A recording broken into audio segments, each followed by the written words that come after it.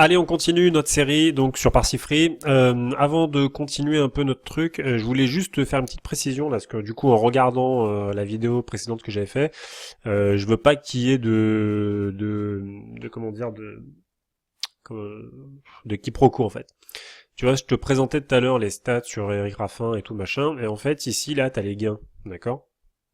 Là, qui sont là, 2 813 550. Alors, moi, je te donne mon avis, j'en suis pas sûr, mais vraiment, je pense que c'est exactement ça. C'est que, en fait, Raffin, depuis donc le 1er janvier 2018, faut arrêter de rêver, et le mec, il a pas gagné 2 millions, quasiment 3 millions d'euros. Hein. D'accord? En fait, c'est que le nombre de chevaux qu'il a couru, d'accord, qui sont donc à 328, il a drivé 328 chevaux depuis le 1er janvier 2018. Il a gagné avec ses chevaux, donc 75, il a fait 75 victoires et 103 places. Et en fait, ce qui se passe, c'est que les 2 813, en fait, c'est le nombre total de gains que tous les chevaux avec lesquels il a couru, ils ont obtenu. D'accord? Donc lui, tu sais que grosso modo, un cash driver, ça peut être rémunéré, je crois, entre 5 et peut-être 10%, je me souviens plus, moi j'avais déjà lu 5%, mais après ça doit dépendre aussi, à mon avis, des courses. Mais grosso modo, tu sais que ouais, il est rémunéré entre 5 et 10% de la location, en fait, que du gain, d'accord? Et que bah du coup je sais pas, tu peux te dire que depuis le 1er janvier 2018, peut-être à fin il a peut-être gagné 150 000 euros quoi, grosso modo quoi, peut-être un truc de ce genre quoi, tu vois. Donc voilà, donc après bah effectivement c'est vrai que si tu commences à te dire bah tiens depuis 2005 tu vois Raffin il a gagné combien, tu vois que grosso modo tous les chevaux qu'il a couru, grosso modo, ils ont fait 90 millions d'euros, d'accord? Donc, tu vois, il a dû gagner peut-être, j'en sais rien, moi, peut-être 5 millions d'euros, peut-être il a gagné en tout, tu vois, Raffin. Voilà. Vraiment dans sa poche, hein, je parle. Enfin, dans sa poche, hors impôts et machin, enfin, tu vois. Donc voilà, donc du coup, voilà, histoire que tu te dises pas, par exemple, tout à l'heure, à un moment donné, j'ai montré les stats depuis 2005, tu te dises pas, putain et tout, Raffin, il a gagné 90 millions d'euros. Non, non, moi je pense pas du tout que ça soit ça. Après, peut-être à confirmer et tout, hein, mais moi je pense pas du tout que ça soit ses gains propres, parce que t'imagines bien que Raffin, s'il avait 90 millions d'euros, le mec, je veux dire, bon, je pense qu'il sera ailleurs, quoi. Même s'il adore les chevaux et tout, y a pas de souci, tu vois, mais à mon avis, il fera autre chose. Juste soit dit en passant d'ailleurs, moi j'ai beaucoup de respect pour ces gens qui font, voilà, qui s'occupent des chevaux, qui ont une vraie passion et voilà, qui une vraie passion des chevaux, qui font ça toutes les journées parce que surtout, alors Eric Raffin lui il est pas entraîneur, mais par exemple Jean-Michel Bazir c'est un entraîneur et les mecs qui sont bah, le nez dans la merde à longueur de journée, dans le crottin, dans les machins, même s'ils font faire des choses par les lads et tout ça, et ça là, c'est évident. Mais ce sont des mecs qui se lèvent très tôt. Ils vont parcourir les hippodromes dans toute la France. Enfin voilà quoi, les gars, ils ont une vie d'enfer quoi, sans déconner. Enfin, c'est une vie que moi j'en vis pas du tout d'ailleurs. Et donc, je pense qu'il faut avoir beaucoup de respect pour ces gens-là. Parce que déjà, voilà, ils ont l'amour du cheval, malgré tout ce que on peut entendre sur oui la course de chevaux c'est pas bien machin. Je sais que ma femme elle me dit ça donc voilà bon après moi j'en discute pas trop avec elle de ça mais bon mais bon du coup voilà moi j'ai beaucoup de respect pour ces gens parce que bah ce sont de gros travailleurs hein, et du coup bah voilà tous ces gains là bah je pense que c'est quand même un peu mérité même si enfin c'est pas mérité parce que ça se mérite pas mais je pense que voilà ces gens ils travaillent en fait pour obtenir un peu ces trucs là et voilà ça c'est juste mon avis c'est une petite aparté voilà. Du coup, bon, donc toujours pareil en fait. Après, tu vois ici, on reprend notre fameuse course. Donc, on a vu les origines. Là, en fait, t'as l'onglet des drivers. Donc, tu vois, pareil, tu vois, en fait, c'est vraiment bien foutu par Sifree parce que ça te donne le pourcentage des réussites que le driver il a depuis donc le 24/03/2018. Voilà. Donc et après, tu peux même cliquer sur l'hippodrome. Tu vois, dans l'hippodrome en particulier. Alors faut insister un peu hein, parce que c'est un peu chiant parfois ça prend pas tout de suite.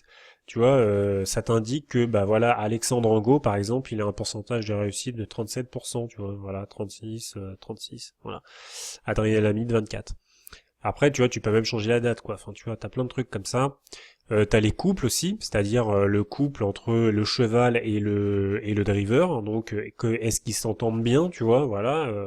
J'en sais rien. Après, tu peux prendre, par exemple, sur un an, tu vois, voilà, on va faire sur un an, par exemple, tac. Donc, un petit peu plus d'un an, quoi, on va dire. Donc, tu vois, on voit un peu les pourcentages dans les hippodromes, enfin, sur l'hippodrome en particulier, voilà. Après, tu as l'onglet des entraîneurs. Donc les entraîneurs, quel est le pourcentage de réussite des entraîneurs depuis la fameuse date.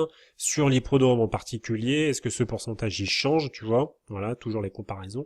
Les engagements, je ferai une autre vidéo là-dessus parce que c'est vraiment c'est un autre truc, c'est un truc à part. Après, tu as les synthèses. Donc là, tu as la synthèse. Alors là, c'est pareil, mais tu vois, c'est toujours la même chose, quoi. C'est que par Sifree, en fait, ça t'inonde d'informations si vraiment tu veux creuser des trucs et tout. Mais moi, je te le dis franchement, à mon avis, t'as pas besoin de toutes ces informations. Mais bon, je te présente ça quand même, histoire que voilà, tu sois un petit peu au courant, voilà, à quoi ça correspond, à quoi correspondent les choses et tout ça.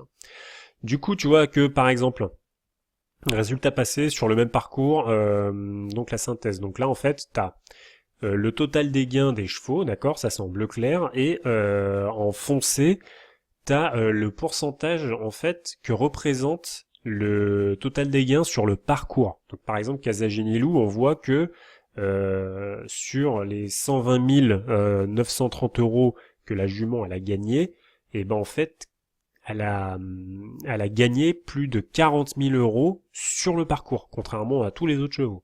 Tu vois, donc bon, ça c'est un peu toujours le même truc, tu vois, on peut très bien se dire, ah oui, donc bon, ce parcours, elle l'aime bien, et d'ailleurs, on voit qu'elle a un taux de 35% de réussite, quoi. D'accord? Tu peux même après aller, même, tu vas même plus loin, tu vois, tu regardes, est-ce que sur la petite piste, par exemple, voilà, on voit que Cali Dupomerel elle est un petit peu plus efficace sur la petite piste que les autres. Enfin voilà, bon bref, t'as plein de trucs quoi, sur les cordes, les machins, les ferrures, les autostarts sans autostart, t'as énormément de trucs. Ça, ce sont les lignes. Donc les lignes, c'est-à-dire les chevaux qui se sont affrontés.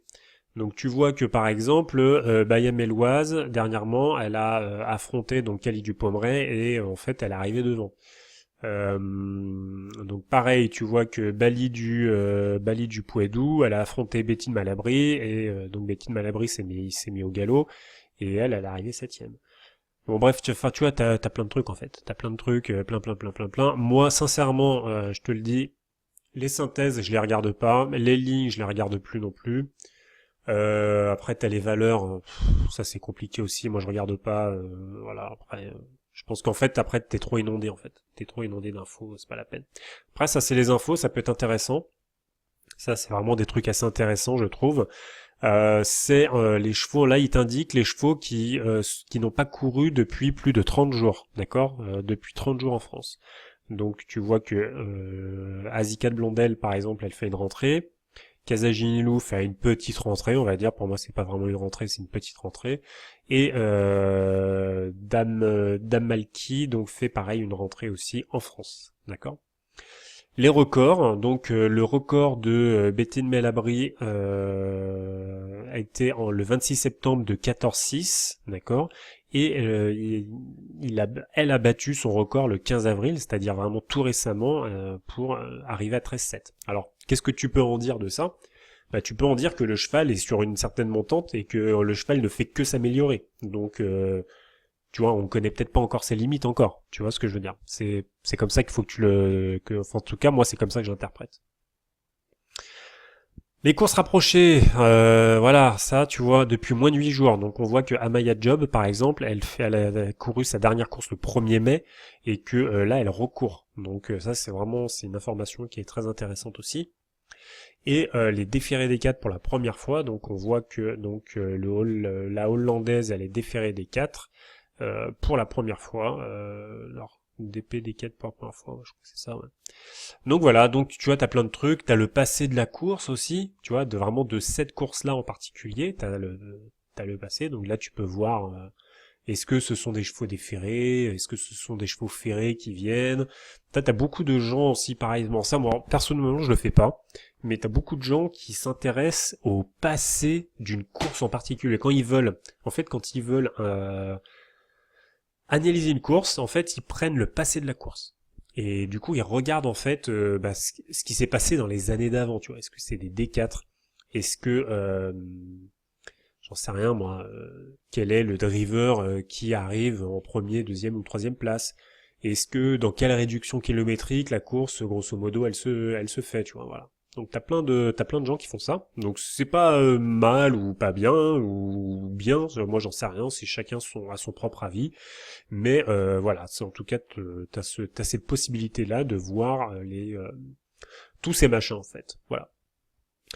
Donc on refera une autre vidéo, on reparlera des engagements et puis après bah ce qu'on pourra faire c'est on pourra faire un petit cas d'étude sur un cheval. Alors je sais pas si je le ferai aujourd'hui parce que là du coup j'enchaîne un peu les vidéos, mais bon c'est pas grave, de toute façon ça marche sur un autre cheval. On fera un petit cas d'étude pour voir un petit peu ce qui peut être intéressant d'en retirer derrière. Voilà. Donc je te dis à plus.